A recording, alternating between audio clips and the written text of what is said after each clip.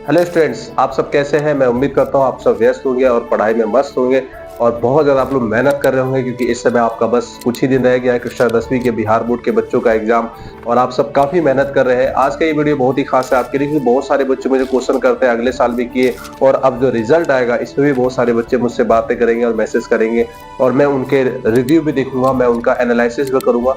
तो यहाँ कुछ ऐसी बातें मैं जो आपको इस वीडियो में, जैसे आपने थंबनेल में देखा कि ये 5 गलतियां ना करें। अधिक से अधिक बच्चे यही कहते हैं कि मैंने पढ़ा तो बहुत बेहतर से लिखा लेकिन नंबर कम आए। तो यही रीजंस है जहां आप फंस रहे हो। आप ऐसा कुछ भी नहीं करना, बेहतर से बेहतर करना। और आइए हम इस वीडियो में आपको बेहतर से बेहतर बताते हैं। तो सबसे पहले प्यारे बच्चों कि आप लोग फॉर्मूला और थ्योरम, जब भी आप एग्जाम मैथ का दे रहे हैं, फॉर्मूला थ्योरम किसमें काम आता है? हमारा मैथ सब्जेक्ट में। तो मैथ सब्जेक्ट में आपको बेहतर करना है, तो इसके लिए आपको क्या करना है कि फॉर्मूला और थ्योरम और साथ में आपको प्रैक्टिस करनी है।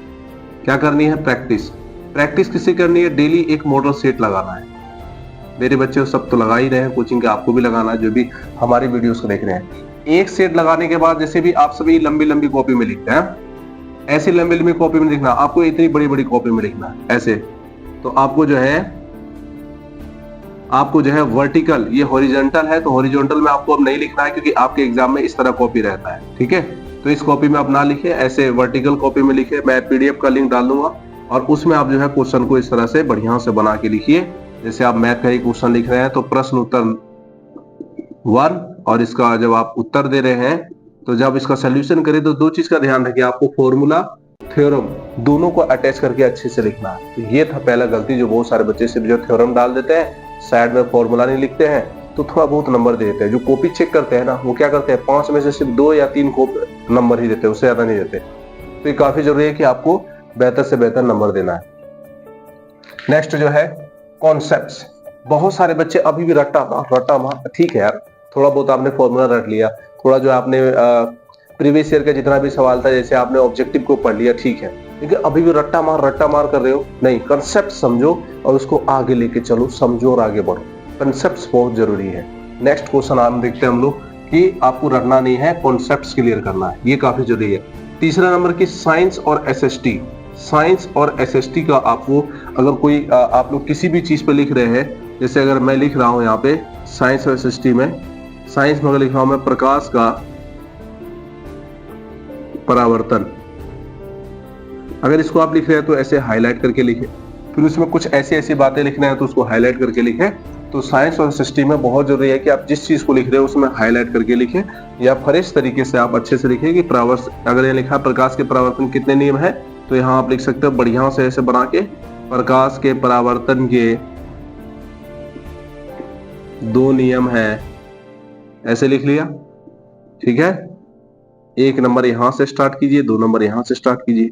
देखिए अगर 2 नंबर का मार्क्स है तो आपको बिल्कुल मिल जाएगा। साफ सुथरा बेहतर तरीके से अच्छे से लिखना है। ठीक, तो ये आपको साइंस सिस्टम में इस चीज का ध्यान रखना है।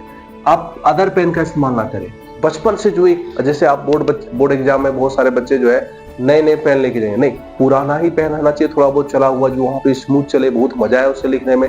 और सारे बच्चे एक काम और करना कि आप लोग कोई नया पेन लेके नहीं आना। जैसे अगर कोई लिंक ग्लेशियर से लिखता है, अग्नि एमएस से लिखता है, आपको जो पेन पसंद है एक ही पेन से लिखिए और उसके पीछे में कैप मत लगाइएगा। कोई भी बच्चे कैप मत, यही गलती करते हैं कि भारी हो जाता है, फिर इसकी डेंसिटी, और फिर एग्जाम में कहता है मैं लिख नहीं पाया, छूट गया, और फिर यही दिक्कत होता है। ऐसा आप गलती नहीं करें। कैप को हटा ले, एक साइड रख लें और उसके बाद हल्की रहेगी पेंसिल तो लिखने में मजा आएगा। ऐसे तो हमारी राइटिंग स्पीड बढ़ेगी। नेक्स्ट है आपका जो है, आप डायग्राम सही से करें। अगर आप साइंस में, मैथ में अगर आप कोई ग्राफ बना रहे हैं, मैथ में, साइंस में आप कोई फिगर बना रहे हैं, तो उसमें आप क्या करें कि डायग्राम अच्छा से बनाएं, मैथ में ग्राफ सही से बनाएं। इस चीज का आप ख्याल रखें। उसके बाद क्या है, 5वां नंबर, आप मॉक टेस्ट पे। बहुत सारे बच्चे, अब तो समय बहुत कम रह गया है, मॉक टेस्ट की बजाय आप सेट पे ध्यान दें। जैसे आप मॉडल सेट का आप डेली कर सकते हैं जितना हो सके, और आपको देखना है कि जो हमारा क्वेश्चन रहता है 3 तरीके से आता है। क्वेश्चन कितने तरीके से आता है? 3 तरीके से। अगर आपका 100 ऑब्जेक्टिव है, 100 ऑब्जेक्टिव में 3 तरह से आता है। एक होता है इजी, एक होता है आपका मॉडरेट, और एक होता है स्ट्रॉन्ग। ये 3 टाइप से आपका सवाल होता है। तो आप जब सेट लगाते हो तो आपकी कैपेसिटी, आपकी एबिलिटी पता चलती है, एक तरह से आपकी औकात कि आप कहां तक हो। आप अगर इजी को आप कर रहे हो मॉडरेट को थोड़ा बहुत कर पा रहे, स्ट्रांग नहीं कर पाते हो। तो इन सब सवाल को आपको टच करना है। अंतिम 3 से 4 दिन आपके पास समय जो बचा है, तो स्ट्रांग वाले पे आपको ज्यादा ध्यान देना है। इजी मॉडरेट में आप तो ऐसे भी कर लोगे, तो इसलिए काफी जरूरी है। उसके बाद जो मोस्ट इंपॉर्टेंट है कि यहां से मैं आपको बता दूं कि लैंग्वेज विषय, लैंग्वेज जो हमारा है जैसे हिंदी, उर्दू और संस्कृत, सही से लिख देता हूं, और संस्कृत, इस पे भी अभी ख्याल रखें। ये तीनों लैंग्वेज विषय पे बहुत इजी है। ऑब्जेक्टिव तो आप कहानी भी पढ़ के कर दीजिए। सब्जेक्टिव में अगर गद्यांश आता है, पत्र आते हैं, तो अभी आप ट्राई कर लीजिए गद्यांश कैसे लिखिए, पत्र कैसे लिखें, 2 नंबर वाले मार्क्स कैसे लिखिए, उसको रिवीजन कर लिए, 5 नंबरिया को कर ले। अगर इसमें उर्दू में जो है बहुत सारे बच्चे जो है कुछ ग्रामर भी पढ़ ले, संस्कृत में भी पढ़ ले, इससे क्या हो कि आपको बेहतर से बेहतर नंबर आएगा। अभी जितना हो सके आप रिवीजन करें, लेकिन यहाँ कुछ गलती क्या नहीं करना है। इस बार जो बिहार बोर्ड की कक्षा 10वीं के बच्चे जो है अगर ये गलतियां नहीं करेंगे, तो उससे जो है इसका 5 से 6 नंबर बढ़ सकता है। सबसे पहला, आप जो पेन से लिखते हैं अदर पेन का इस्तेमाल ना करें, उसी पेन से ही लिखें। और उसके बाद अगर वही पेन से लिखते हैं तो ये जो कैप वो निकाल के पीछे लगा लेते हैं, ऐसा काम नहीं करना है, ठीक है।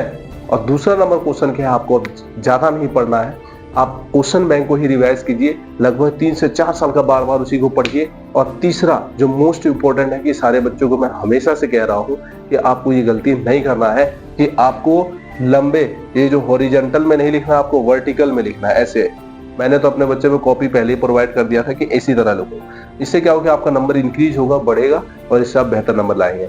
मिलते हैं अब शाम को हम लोग और बेहतर वीडियोस के साथ। और ये तो मैं अपने मेन चैनल पर डाल दिया, मेरा जो नया चैनल है ग्लोबल लर्निंग सेंटर, आप वहां से बहुत कुछ सीख सकते हैं और बहुत सारी जानकारी आपको वहां पे मिल जाएगी। जैसे अभी लास्ट समय में हम कुछ सजेशन डाल देंगे, वहां से आप वीडियो देख के अपना जो है क्लियर कर लीजिएगा। मिलते हैं नेक्स्ट वीडियो में। Thank you.